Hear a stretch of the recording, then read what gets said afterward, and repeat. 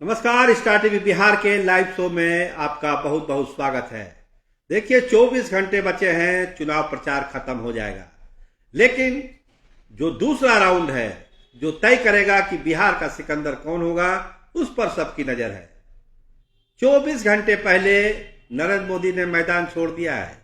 आज बेतिया में उन्होंने कहा कि मेरी ये अंतिम सभा है, अब हम कोई चुनाव प्रचार नहीं करेंगे। तो क्या नरेंद्र मोदी को बिहार में चुनावी हवा का एहसास हो गया? और एक बड़ी चर्चा आज कि अमित शाह होटल में छिप छिप कर किससे मिलते हैं। क्या है अमित शाह का होटल कांड? और सबसे बड़ी बात, जो तेजस्वी यादव का जो रैलियां हो रही है, जो सभाएं हो रही है, उसमें जो जन सैलाब आ रहा है, उसके पीछे क्या है?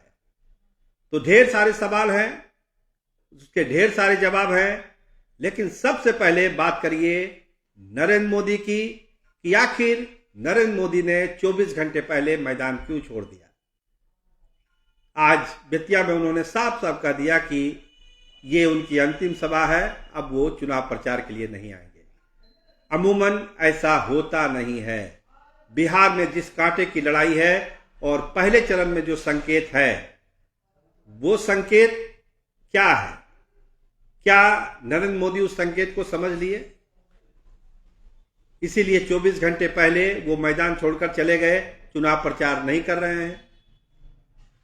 या फिर ये आलोचना हो रही थी कि बार बार नरेंद्र मोदी बिहार क्यों आ रहे हैं, लग रहा है कि चुनाव को छोड़कर उनको कोई काम है ही नहीं। तो इस तरह की चर्चा पटना में भी है, पूरे बिहार में हो रही है। लेकिन प्रधानमंत्री ने बिहार का मैदान छोड़ दिया। अब वो बाद में आएंगे, चुनाव के बाद आएंगे, जैसा उन्होंने कहा। लेकिन जो कांग्रेस ने एक बड़ा आरोप लगाया है कि जिस होटल में ठहरते हैं अमित शाह पटना में, वहां लिफ्ट पर कागज क्यों चिपका दिया गया है? छुप छुप के किससे मिलते हैं अमित शाह? क्या देश के गृह मंत्री बिना कैमरे के निगरानी के रहेंगे? क्या सुरक्षा का कोई मामला नहीं है? अमित शाह केवल भाजपा के नेता नहीं, बिहार देश के गृह मंत्री भी है। उनको इस लिहाज से भी सोचना चाहिए। तो कांग्रेस ने एक बड़ा आरोप लगाया है अमित शाह पर कि इस तरह की चीजें क्यों हो रही है। क्या चुनाव के बाद कोई बड़ा खेल करने की तैयारी में अमित शाह? आखिर लिफ्ट में कागज क्यों लगाया गया सीसीटीवी कैमरे पे? इसका जवाब खोज रहे हैं कांग्रेस के लोग। आज पवन खेड़ा ने एक प्रेस कॉन्फ्रेंस करके ये पूछा है कि होटल में जहां वो ठहरते हैं, वहां का सीसीटीवी कैमरा क्यों छुपाया गया। तो खैर देखिए भाजपा इसका क्या जवाब देती है। लेकिन तेजस्वी यादव ने भी कुछ सवाल चुनाव आयोग से पूछा है कि क्यों ईवीएम से छेड़छाड़ की बातें चर्चा में है, जवाब क्यों नहीं देते। पर्चियां पकड़ाई गई थी, डीएम ने कार्रवाई की, एआरओ को सस्पेंड किया है, जांच के आदेश दिए हैं, लेकिन पर्चियां फेंकी मिली वीवीपैट की। ये क्या इशारा करता है? लापरवाही हुई, चूक हुई, या कोई साजिश थी? जो बार बार विपक्ष आरोप लगाता है कि कहीं ना कहीं चुनाव आयोग निष्पक्ष नहीं है, उसको अपने निष्पक्षता का प्रमाण देना चाहिए। तो देखिए क्या प्रमाण देता है चुनाव आयोग। लेकिन जो जनसमर्थन मिल रहा है रैलियों में तेजस्वी यादव को, वो हैरान कर रहा है। बिहार के लोगों को तो हैरान उतना नहीं कर रहा जितना बिहार के बाहर के लोगों को हैरान कर रहा है कि क्या ये भीड़ वोट में भी बदल जाएगी। अमूमन कहा जाता है कि भीड़ वोट में नहीं बदलती है, लेकिन जो जोश और जुनून तेजस्वी यादव के समर्थकों में है, गया से एक तस्वीर आई थी आज, जो जनसैलाब था, उसमें देख के यही लगता है कि लोगों ने लगता है कि तेजस्वी यादव को अपना सीएम मान लिया है। नतीजा है आएगा 14 को, लेकिन वो नतीजा क्या, दूसरे चरण की वोटिंग खासकर सीमांचल के सीटों पर है। जो जीतेगा वही सिकंदर होगा बिहार का। देखिए 17 सीटें चली गई थी, दूसरे खेमे में महागठबंधन के खाते में केवल 7 सीटें आई थी। 12 सीटें एनडीए के खाते में और एआई भी सीटें जीत गई थी। केवल 7 सीटें ही महागठबंधन जीत पाया था। इस बार क्या कोशिश है, क्योंकि तेजस्वी यादव और उनकी टीम को भी पता है कि जो निर्णायक बढ़त लेनी है वो सीमांचल से ही मिलेगी। मिथिलांचल में एनडीए मजबूत है, नो डाउट। शाहबाद के इलाके में महागठबंधन मजबूत है, इसमें कोई शक नहीं है। तो फैसला कहां होगा? फैसला सीमांचल में होगा। 17 सीटें जो आंकड़े हैं, 12 सीटें एनडीए को और एआईएमआईएम 5 सीटें वहां पे जीत गया था। 7 सीटें ही महागठबंधन के खाते में आई थी। तो अब कोशिश है बदलने की।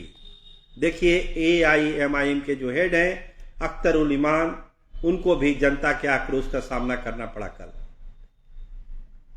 जनता क्या कह रही है कि क्या एआईएमआईएम बी टीम है बीजेपी की, प्रशांत किशोर बी टीम है, मुस्लिम उनके झांसे में ना आए, ओबीसी ने अपनी पूरी ताकत लगाई, कह रहे हैं कि सीमांचल में कोई हमको हिला के दिखा दे।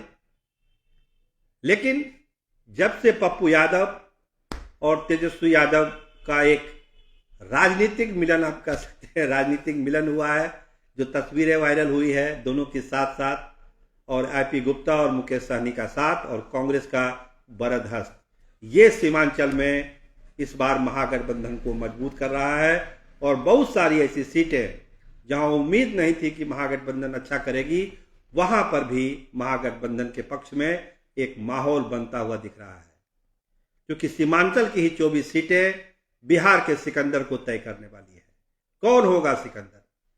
क्योंकि जो पहला चरण हुआ उसमें दोनों गठबंधनों में अंतर जो है बहुत ज्यादा का नहीं है। ये अलग बात है कि जेडीयू ज्यादा सीट जीत गई, बीजेपी कम सीटें जीती है, लेकिन ओवरऑल अगर महागठबंधन और एनडीए का आप आकलन करेंगे तो फासला 4 या 5 सीट का ही है, जो अभी तक का अनुमान है। दूसरे चरण में जहां जहां चुनाव है, जो हमने जिक्र किया, शाहबाद के इलाके में, मिथिला के इलाके में, और जो होना है चुनाव शिवहर वगैरह के इलाके में, जहां चुनाव होना है वहां कौन ज्यादा मजबूत है सबको पता है। सीमांचल का पता नहीं कि वहां पर क्या होगा, लेकिन जो जाल फैलाया है तेजस्वी यादव ने सीमांचल के इलाके में, और जिस तरह से एक परसेप्शन बना एआईएमआईएम के बारे में, कहीं ना कहीं ये बढ़त दे रहा है महागठबंधन को, और महागठबंधन ने इसको देखते हुए अपनी पूरी ताकत झोंक दी है कि सीमांचल जीतेंगे, बिहार जीत लेंगे। यही कहा ही जा रहा है कि जो सीमांचल जीतेगा वही बिहार जीतेगा, और इसके लिए महायुद्ध जारी है। कल चुनाव का आखिरी दिन है। तेजस्वी यादव लगभग कहा जा रहा है कि 20 चुनावी सभाओं को संबोधित करेंगे, और सीमांचल के इलाके में उनकी ढेर सारे सभाएं होगी, क्योंकि उनको भी पता है जो बात हम कह रहे हैं कि जो सीमांचल जीतेगा वही बिहार को जीतेगा। तो इस जो परसेप्शन है, इसको साबित करने के लिए कल सारे नेता एड़ी चोटी का जोड़ लगा देंगे, चाहे वो एनडीए के हो चाहे महागठबंधन के हो, क्योंकि सबको पता है कि सत्ता की चाबी सीमांचल से ही निकलेगी।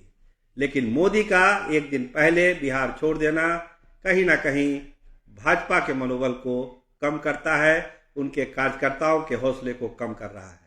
लेकिन अमित शाह डटे हुए हैं। अमित शाह को आप अंडर एस्टिमेट मत करिए। बड़े खिलाड़ी हैं सियासत के, जोड़ तोड़ के बड़े खिलाड़ी हैं, चुनाव के बड़े खिलाड़ी हैं। मुश्किल से मुश्किल चुनाव उन्होंने जीता है, हिम्मत उन्होंने नहीं हारी है। कांग्रेस लाख आरोप लगाए होटल कांड का, लेकिन अमित शाह अपने मिशन पर है। देखिए उनका मिशन क्या होता है।